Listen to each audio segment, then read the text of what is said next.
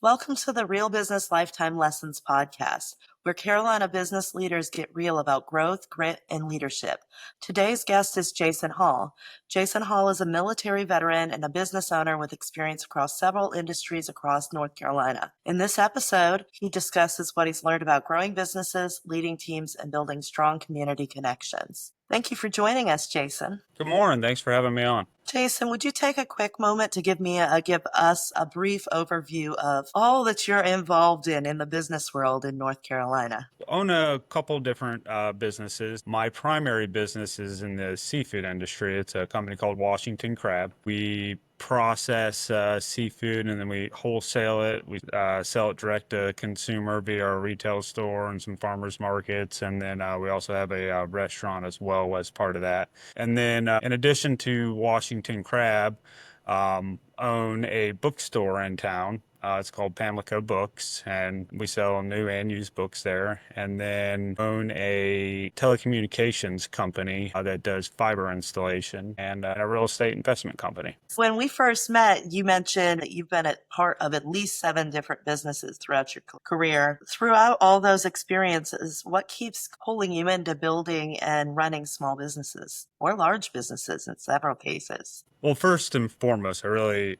enjoy the problem set of running businesses. At the core, all business is essentially the same. Obviously, that's a very basic view of it, but there's different pieces that go together, and whether that's leading people, your financials, and how you interact with your customer, whether that would be another business or consumers directly. And so I enjoy figuring out the problem set for all these different businesses and then hopefully scaling and growing those. When we had our intro call, you said something that's really stuck with me, and we'll probably share it on social media as well. Running a business is not the same as operating them. Can you Yeah. unpack that a little bit more and Yeah. where you see new entrepreneurs get that wrong? Yeah, absolutely. So most people, when they think of an entrepreneur, they think of the folks that are getting out there, that are running service companies, that are, running a bakery, and they're the baker in the bakery, or they own a restaurant and then's in the kitchen cooking. And those folks are entrepreneurs, but they're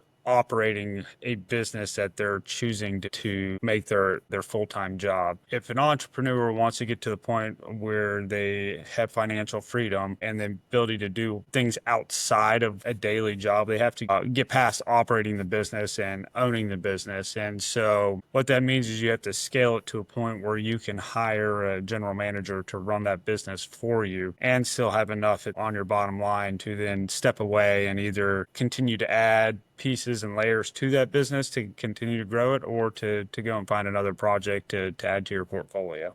We also talked about the importance of clarity, knowing whether you want to be an operator or an owner. And how did you come to that realization? And how has that shaped the way you invest your time and resources now? To clarify my previous statement, there's plenty of folks out there that do enjoy being an operator. If that baker does have that passion to produce the bread or the cakes or whatever their specialty is, if that's what they get their enjoyment from and they're happy with that, then that's where they should stay. They shouldn't try to scale that business to a point where they are the owner of the business, because it's two different roles completely. I mentioned at the beginning of the conversation that I enjoy figuring out the business pieces. For example, my primary business right now is the seafood industry. I don't enjoy cleaning fish. So if I sit down with my fishmongers, who I have a great team of fishmongers, one, I would just slow them down because I'm not very fast at doing it.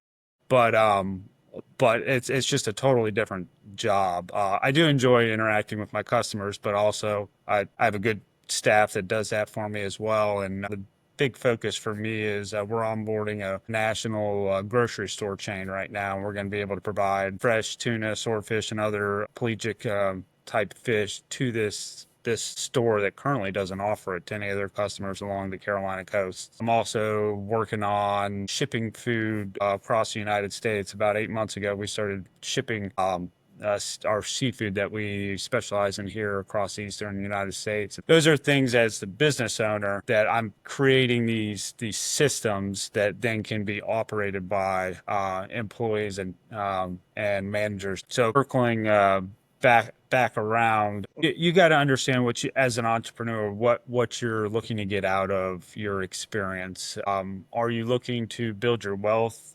and using businesses as an avenue to accomplish that goal, or are you looking to enjoy what you do on a day-to-day basis and you're happy with a certain level of financial success? And so for me, I served my country for 8 years in the Army, and then got to a point in my military career where I had to decide, did I want to put my family first or did I want to put the country first? I felt like I had given enough to the country at that point in my life, and so I shift focus to my family. And in doing so, I got out of the Army and got linked up with a great company that was hiring junior military leaders. They taught me everything about business and how to run a business. And then I also went back and got my MBA at the same time. And while working for them and partnering with them, because basically what they did was they gave me a $5 million a year company and said, you're going to run this for us. And then I was able to buy ownership into it. And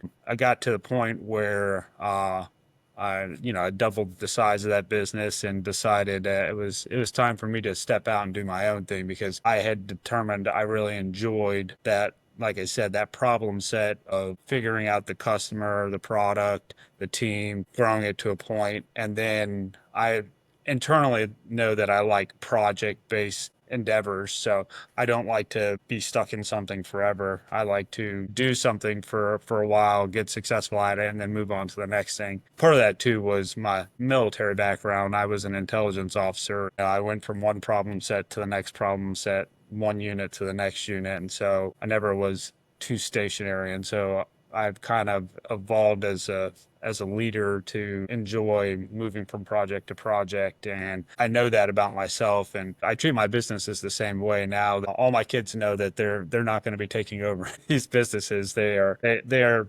projects that are moving along to a certain goal I'm looking to achieve with them. Let's talk a little bit more about your military experience and how that's influenced how you lead your businesses. You've definitely credited your military service as a foundation for how you lead. What leadership principles from the Army show up in how you manage your businesses today? The military training I received completely shaped how I run my leadership philosophy across all my businesses. They did a great job between ROTC and my time actually in the service, molding me into an empathy-based leader. And so what that means is, in the 60s and 70s and 80s, it was very much, I'm the person in charge. I'm telling you to do this, go out there and execute. I'm telling you to go out there and take that hill, go do it, or there's going to be a punishment.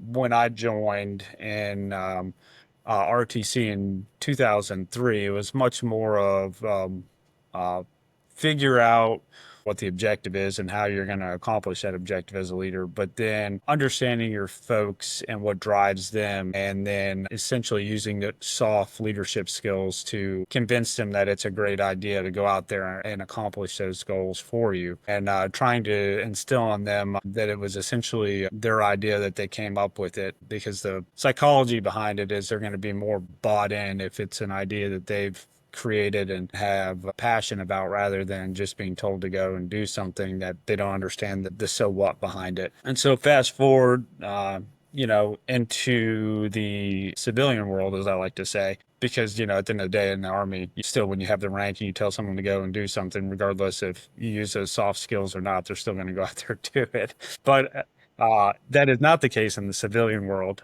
So really, where I am, I'm a leader of leaders at this point, and so I spend most of my day actually coaching my management teams on how to go out and be effective frontline leaders, and how to coach rather than dictate what needs to get done. And I've got a lot of entry level positions across the companies. And so these frontline supervisors are always having to slowly bring folks up to speed and teach them customer service, or, the right way to process the seafood, or the right way to enter a customer's home and do a fiber installation in their home. And it's a lot of more coaching rather than do this, do this, do this, do this. It creates a better environment and culture across the company. It's It's a team effort. I've got good management teams in place. So my general manager at my processing facility, he's been in the seafood industry for over 40 years. He's worked all around the world. So in the seafood space, it's all about actually access to the seafood, getting the resources then to turn around and provide it to the customer, whether that's other businesses or whether that's direct to consumer. And then it's you know, teaching customer service. It's more important on the consumer side just because we get more touches, but obviously it's critical on the business side too because you screw something up there, the consequences are bigger. When I was 18 and I got a job at Lake Compounds, which is an amusement park in Connecticut, I went through, did customer service training there, and I watched the video, and it was give them the pickle. It was a guy explaining in a whole bunch of hamburger joints that if a customer wants a pickle, you don't fight with them about charging them 10 cents or 15 cents to give them a pickle because that's going to be the experience that they remember. You give them the pickle and you make sure they enjoy their experience because the lifetime value of the customer is more important than that 15-cent cost that you're going to take on that pickle. It's kind of crazy to think that as a 40-year-old, I'm still using something I was taught when I was 18, and I could still remember it then. It was a grainy old video, but I still use that example, and you can find it on YouTube. We use that across my company still. We try to give customers the pickle, and we don't nickel and dime them. I think that's important, and I make sure everyone across the company understands the lifetime value of a customer, so it's more than just this interaction. And fortunately, across business, a lot of times pride and trying to one up somebody on an interaction comes into a lot of things. And if you're going to be successful and provide a great brand, you have to get past those friction points. You've been very intentional about community connection with Washington Grab, both through sponsorships and donations and involvement in your local chamber across the region. How would you balance that local touch with also the need to grow and scale the business? Being part of the community is important for all small business owners and entrepreneurs in general. We have a responsibility to look after our community because our community is looking after us and the success of our companies. There's business reasons behind it too, but it's for me it's more intrinsic. If I have the opportunity to give back to the community and it's within my budget. I've got three young daughters. They're all part of this community. My wife's parents live in the community. We're tied to making sure that this is a great place to live. You and your wife run a bookstore together, which you've called fun, but also was a bit of a wake up call for her as to what business ownership really entails. What's that journey been like from your perspective, and what surprises and lessons have come out of that particular experience? Yeah, I love the bookstore for my wife because it has truly opened her eyes to what being an entrepreneur and a business owner is. My wife and I have been married now for, make sure I don't do my math wrong, 13 years. And she was with me for about half of my military career, so about 4 years of that. And then the rest has been all spent being in the entrepreneurial space.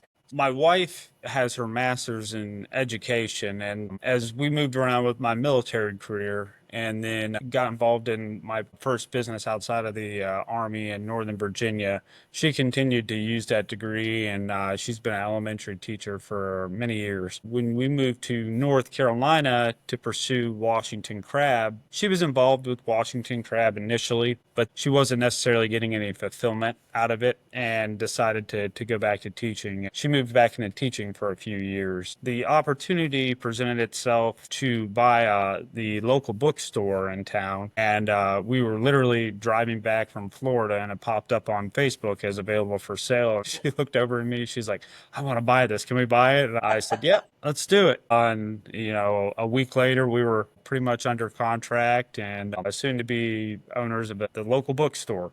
Um, she has a very big passion for books and reading, and that's kind of what drove her to have even the interest in us buying this bookstore. She was still very naive at the beginning to what it took to actually own a business and in this case, operate it, because we do operate that. She's in there pretty much every day. She does have 4 different employees that she cycles through there so that she can do business owner type stuff, and then have time off as well. But just her learning and struggling with things as simple as, how do I pay my sales tax every month? Oh, there's penalties when I didn't fill out this report the right way that has to go to North Carolina Department of Revenue, to dealing with vendors and all the issues that come up with vendors and the wholesale channels, how to send stuff back when they oversend you stuff and then want to just charge you for it, to then, obviously the customer side and all the experiences you don't know that even exist with customers until you have those experiences with them. And so it's interesting. She got into the bookstore thinking, this is going to be great. I'm going to be surrounded by things I love to read and can tell people about them and help them make their selections, to realizing that is such a small piece of owning a business. And it's a lot more about, she has to understand her ratios. She has to make sure her carrying costs are not too high so that she's getting her turns on her inventory that she needs, and then product selection, and all the other wonderful things. It's explaining to employees how taxes come out, and how the IRS is requiring them, even if they are drawing Social Security, to still have to pay Social Security. It's all sorts of fun things that she's realizing she has to learn on the go too, because as the entrepreneur, the owner of a business, you are the end of the line, so there's no one else you can turn around and ask. And that's one of the lonely things about being an entrepreneur, is you typically don't have a big support system. And so if you can develop that through communities like this, that's a great chance to have people to lean on when you do have those questions. Yeah, that was one of the things when I first took over ownership of my company, was realizing very quickly my friend group changed because I needed to surround myself around people who understood the challenges and could help me with the challenges. Another thing that I did, and I know we chatted a little bit about when we talked before, was talked about mentorship and investment. And I know we have both spent some significant money on coaches and development through the years. In hindsight, what advice would you give someone who's ready to grow, but they're not really sure where to invest their time or dollars from a development standpoint? There there's so many people out there in the consulting world. And yes, it can range from not too expensive to, oh my gosh, you're charging what? I was blessed that I had my military background I leaned on, and frankly, I got some class mentorship and advice from folks that had consulting companies that were also veterans, that didn't charge me a dime, and they gave me some free advice. YouTube is such a powerful learning tool. I would say I probably learned more off of YouTube and all the folks that are out there giving great advice, and even my MBA. It's just it's just like anything else. You do have to invest the time. You're not going to just learn this stuff and watching a 1 hour podcast. And you have to be deliberate about what it is you're trying to learn, and seeking out that knowledge from folks that have done it. The downside to using a platform like YouTube is you're not going to get a personalized advice for your specific scenario. So if you can be involved in communities, or even the local chamber, and then call your chamber up and say, hey, I've got these sets of problems. Can you recommend someone I can talk to? And you'd be surprised at the folks that are running these chambers, how well they know all the other businesses and the folks across their community, and they can put you in touch with somebody. That's a great resource that many entrepreneurs don't take advantage of, is their local chambers. Yeah, our local chamber. Well, I'm the chair of the Small Business Advisory Committee, so I have to know those businesses. We also have a leadership cohort, a series of 6 classes for people who want to learn about the different aspects of things. Yeah, and, Um, and the great thing there is the folks involved in that, they're just looking to help other entrepreneurs. They are not looking to make any money off of it. They just want to see you be successful and help you do the best you can, and give you just good advice they can give it to you. If someone listening is just getting started and maybe they're still working a day job and daydreaming about launching something, what's one piece of advice you would give that maybe you wished you had learned earlier in your young entrepreneur, operator, owner days? Just do it. Stop thinking about it. You can sit there and daydream for years and not execute on something. You can sit there with the whiteboard and come up with all these ideas. Pick something and go out there and try to make it successful. You will have failures, but those failures will teach you lessons. When you do have failures, take time to reflect on why it failed and how you cannot make those mistakes again. You just have to start getting the reps in. You have to just start executing. It's not always fun, and you just got to do it though. You're going to get rejected. I don't know too many businesses out there that don't require that you convince somebody that you're providing a value. And when you're trying to convince people or businesses that you have value, there are plenty of people that say you have no value. So you're going to run into that rejection, and you have to develop thick skin. And if everyone's telling you you have no value, then you got to take that honest feedback and critique it and figure out what you're doing wrong. There it's never been easier to be successful as an entrepreneur because there's just so many resources out there, and just the technology that's coming out continues to make things easier. You just have to go out there and start doing it.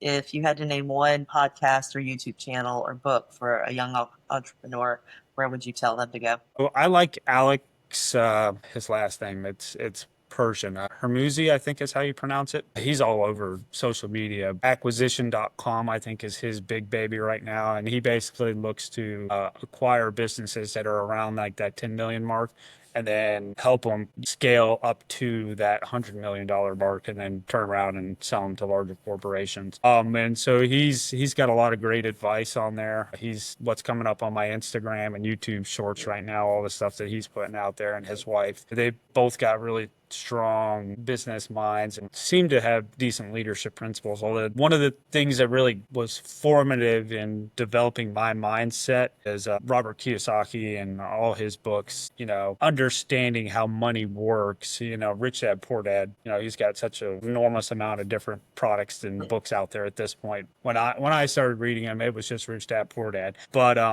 that's something I've had my kids read. I've got a couple of his games that I play with my kids so that they understand money and understand what's an asset and what's a liability. You've got to have a firm understanding of that if you're going to be successful in building wealth across your lifetime.